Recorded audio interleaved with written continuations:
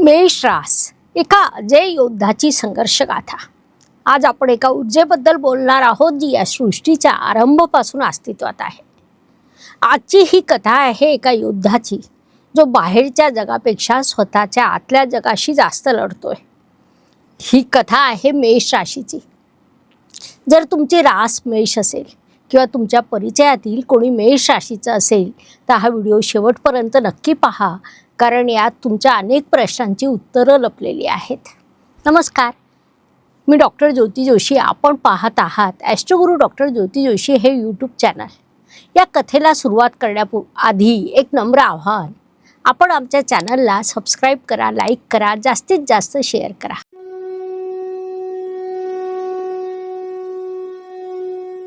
तो नेहमी लढत असतो, कधी जगाशी, कधी परिस्थितीशी, तर कधी स्वतःच्याच विचारांशी। लोक त्याला म्हणतात, तुझ्यात खूप राग आहे, तू खूप तापट आहेस। पण त्या रागाच्या मागे दडलेला संघर्ष, त्या मागचं खरं कारण कुणालाच कळत नाही। जर तुमची रास मेष असेल तर ही कथा कदाचित तुमची असू शकते। या कथेचा नायक अनिल हे केवळ एक नाव नाही, तर मेष राशीच्या स्वभाव वैशिष्ट्यांचं जिवंत प्रतीक आहे। लहानपणापासून अनिलच्या डोळ्यात एक वेगळीच चमक होती। त्याच्या रक्तात एक अनामिक आग होती। त्याला अन्याय अजिबात सहन होत नसे। शाळेत असताना त्याचं वारंवार भांडण व्हायचं। शिक्षक आणि मित्र त्याला तक्रारखोर समजायचे, पण त्या भांडणामागचं कारण एकच असायचं, तो चुकीचं घडताना शांत बसू शकत नव्हता। कोणावर अन्याय झाला की अनिलचा पारा चढायचा। त्याची आई त्याला नेहमी सांगायची, बाळा, तुझ्यातली ही आग वाईट नाही आहे, पण या आगीचा रोग कदाचित चुकतोय। अग्नी जर चुलीत असेल तर स्वयंपाक होतो, पण तीच आग घराला लागली तर राख रांगोळी होते। वेळ कोणासाठीही थांबत नाही। ती वेळ अनिलसाठीही थांबली नाही। अनिल मोठा झाला, त्याच्या उराशी मोठी स्वप्न होती। प्रचंड कष्टाळू होता, तासनतास मेहनत करण्याची त्याची तयारी असायची। पण एक गोष्ट त्याच्या प्रगतीच्या आड वारंवार येत होती, त्याचा अनियंत्रित राग। हा राग एखाद्या ज्वालामुखीसारखा होता, जो कधीही फुटायचा। एका क्षणाचा राग त्याने वर्षानुवर्ष केलेल्या मेहनतीवर पाणी फिरवायचं। असंच एकदा ऑफिसमध्ये एका क्षुल्लक कारणावरून त्याच्या बॉसशी वाद झाला। रागाच्या भरात अनिलने संयम गमावला आणि काही वाईट शब्द उच्चारले। त्या एका क्षणाने त्याचं चालतं बोलतं करिअर थांबलं। त्याला नोकरी गमवावी लागली। केवळ करिअर नाही तर वैयक्तिक आयुष्यातही हा राग शत्रू निर्माण करत होता। अनिलच्या जीवनात प्रेम आलं, ती त्याला मनापासून समजून घ्यायची। त्याच्या वरवरच्या रागाच्या मागे असलेलं निरागस बाळ आणि त्याचं दुःख तिला दिसत होतं। पण अनिल अजूनही स्वतःला पूर्णपणे ओळखू शकला नव्हता। एका छोट्याशा वादातून, अहंकाराच्या एका क्षणातून त्याने तिलाही गमावलं। त्या रात्री अनिलला पहिल्यांदा जाणीव झाली की तो आयुष्यात किती एकटा पडला आहे। बाहेरचं युद्ध थोड्या काळासाठी थांबलं होतं, पण त्याचं आतलं युद्ध आता पेटलं होतं। रात्रीच्या शांततेत त्याला झोप लागत नव्हती। मनात एकच प्रश्न चक्रावत होता, मी असा का? मी इतका का चिडतो? त्याला वाटायचं की संपूर्ण जग त्याच्या विरोधात आहे। पण हळूहळू एका कोपऱ्यात बसून विचार करताना त्याला जाणवायला लागलं, कदाचित युद्ध बाहेर नाही तर माझ्या स्वतःच्या आत आहे। एका अस्वस्थ रात्री अनिल शांत बसून ध्यान करण्याचा प्रयत्न करू लागला। सुरुवातीला मन भरकटत होतं, पण हळूहळू त्याचा श्वास शांत होत गेला। मन एकाग्र झालं आणि त्या शांततेत त्याला काही पुसटशी दृश्य दिसायला लागले। त्याला धूळ उडताना दिसली, रणांगण दिसलं, कानावर तलवारीच्या खणखणाटाचा आवाज येऊ लागला। त्याने स्वतःला एका पराक्रमी योद्धाच्या रूपात पाहिलं। एक असा सैनिक ज्याच्या डोळ्यात फक्त एकच ध्यास होता, जिंकणं, कोणत्याही परिस्थितीत जिंकणं।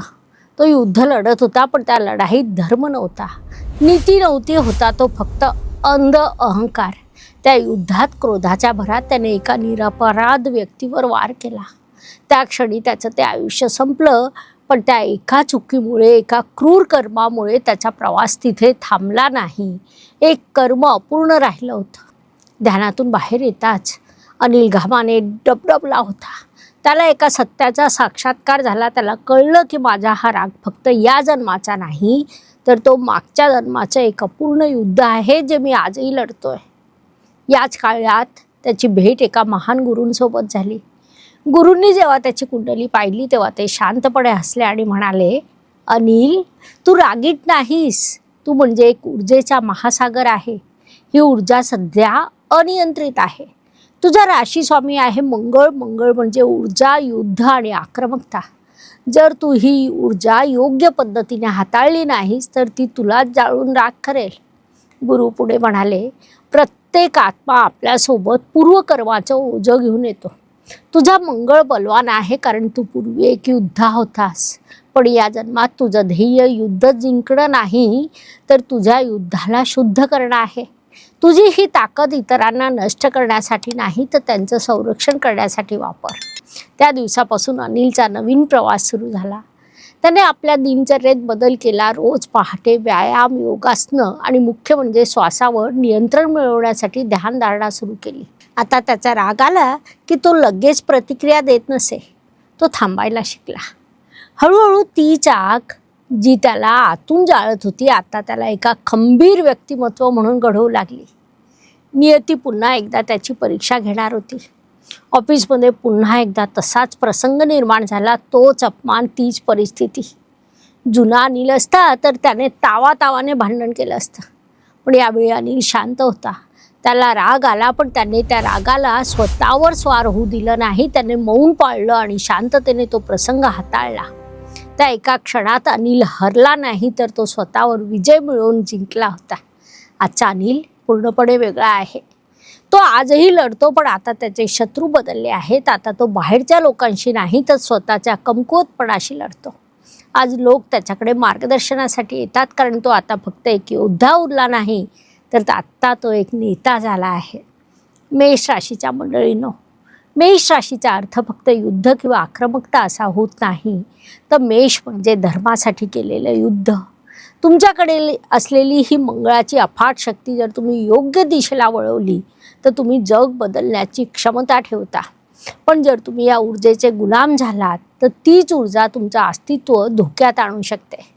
मेष रास म्हणजे केवळ राग नाही, ती एका अपूर्ण कर्माची धगधगती ऊर्जा आहे. जर तुम्ही ती समजून घेतली तर तुम्ही तुमचा हा जन्म सार्थकी लावू शकता. नाहीतर तुम्हाला हीच कर्माची कथा वारंवार जगावी लागेल. लक्षात ठेवा, जीवन हा फक्त एक जन्म नाही, तर ही एक लांबवरची यात्रा आहे. एका योद्धापासून ज्ञानी व्यक्ती होण्यापर्यंतची. मेष राशीचा खरा योद्धा तो नाही जो रणांगणावर जगाला जिंकतो. खरा योद्धा तर तो आहे जो स्वतःच्या दुर्गुणावर आणि रागावर विजय मिळवतो. जर ही कथा तुम्हाला आपली वाटली असेल आणि तुम्ही स्वतःला एक योद्धा मानत असाल तर कमेंट बॉक्समध्ये नक्की लिहा, मी योद्धा आहे. हा व्हिडिओ तुमच्या मेष राशीच्या मित्रांना, नातेवाईकांना नक्की शेअर करा, ज्यांना आपल्या रागावर नियंत्रण मिळवायचं आहे आणि आयुष्यात नवीन दिशा शोधायची आहे. अशाच आध्यात्मिक आणि ज्योतिषीय मार्गदर्शनासाठी आमच्या चॅनलला सबस्क्राईब करायला विसरू नका. मेष राशीवाल्यांनो, आता स्वतःला ओळखा. मेष राशीच्या योद्धांनो, आज आपण फक्त कथा ऐकली. आता आपण तुमचा खरा स्वभाव कसा आहे हे तपासणार आहोत. कारण मेष राशीचं खरं सामर्थ्य फक्त तुमच्या ग्रहात नाही, तर तुमच्या ॲटिट्यूडमध्ये असतं. आता मी तुम्हाला 10 प्रश्न विचारणार आहे. हे प्रश्न कोणताही निकाल लावण्यासाठी किंवा योग्य चुकीचं सांगण्यासाठी नाही, तर तुमची आतली आग, आतली ऊर्जा नेमकी कशी जळते हे पाहण्यासाठी आहे. प्रत्येक प्रश्नाला 3 पर्याय आहेत, ए, बी आणि सी. जो पर्याय तुमच्या स्वभावाशी सर्वात जास्त जुळतो ते अक्षर एका कागदावर लिहा किंवा कमेंटवर लिहा किंवा मनात पक्क करा. आता पाहूया तुम्ही कोणत्या प्रकारचे मेष आहात. पहिला प्रश्न, मी बाहेरून शांत असतो, माझ्या आत एक आग धगधगत असते. पर्याय बी, मी स्पष्ट बोलणारा पण निडर योद्धा आहे. पर्याय सी, मी जिथे जातो तिथे माझं वर्चस्व गाजवणारा व्यक्ती आहे. तुम्ही ए, बी किंवा सी पैकी एक पर्याय निवडा. प्रश्न दुसरा, माझी सगळ्यात मोठी ताकद कोणती? पर्याय ए, कोणताही निर्णय पटकन घेण्याची माझी क्षमता. पर्याय बी, मनात कशाचीही भीती न बाळगणं आणि पर्याय सी लोकांना सोबत घेऊन त्यांना पुढे नेण्याची जिद्द. प्रश्न तिसरा, आयुष्यात एखादी मोठी अडचण आली तर मी काय करतो? पर्याय ए, मी त्या अडचणीला थेट सामोरं जातो. पर्याय बी, माझा फक्त स्वतःवरच जास्त विश्वास असतो. पर्याय सी, मी आधी कृती करतो आणि मग त्यावर विचार करतो. प्रश्न चौथा, बाहेरचे लोक मला कसं ओळखतात? पर्याय ए, एक ऊर्जावान आणि स्पष्ट वक्ता माणूस म्हणून. पर्याय बी, एक आत्मविश्वासू लीडर म्हणून. आणि पर्याय सी, थोडा हट्टी पण अत्यंत प्रामाणिक व्यक्ती म्हणून. प्रश्न पाचवा, माझी सगळ्यात मोठी कमकुवत बाजू कोणती? पर्याय ए, माझी अधीरपणा, माझं सगळं लगेच हवं असतं ही वृत्ती. पर्याय बी, मला राग खूप पटकन येतो. पर्याय सी, मला कुणाचंच ऐकून घ्यायला आवडत नाही.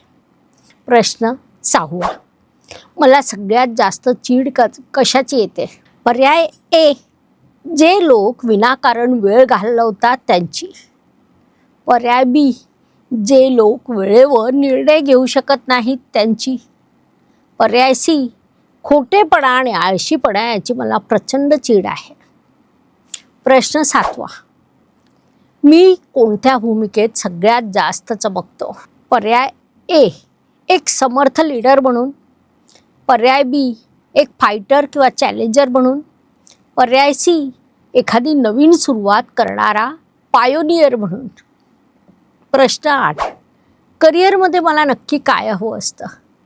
पर्याय ए, कामात पूर्ण स्वातंत्र्य. पर्याय बी, सत्ता आणि मोठी जबाबदारी.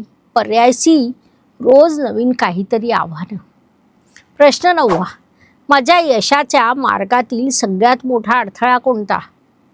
पर्याय ए, घाईघाईत घेतलेले माझे चुकीचे निर्णय. पर्याय बी, स्वतःवरच येणारा माझा अनावर राग. आणि पर्याय सी, कामात सातत्याचा अभाव. शेवटचा 10वा प्रश्न, मी स्वतःला नक्की कसा पाहतो? पर्याय ए, एक जन्मतः योद्धा आहे. पर्याय बी, माझा जन्म जिंकण्यासाठी झाला आहे. पर्याय सी, स्वतःचा मार्ग स्वतः तयार करणारा मी एक मुसाफिर आहे. आता थोडं थांबा. तुमचे 10 पैकी जास्तीत जास्त उत्तरं नक्की कोणत्या अक्षरात आली आहे? ए, बी किंवा सी हे नीट तपासा, कारण तुमच्या या उत्तरामागे तुमच्या भविष्यातील यशाचं गुपित दडलं आहे. तुमच्या उत्तराचं कल कोणत्या बाजूला आहे? ए, बी की सी हे कमेंट बॉक्समध्ये लिहा. मी तुम्हाला पुढच्या व्हिडिओत सांगणार आहे ए, बी आणि सी यापैकी कोणता मेष सगळ्यात जास्त यशस्वी होतो आणि त्यामागचं गुपित काय आहे.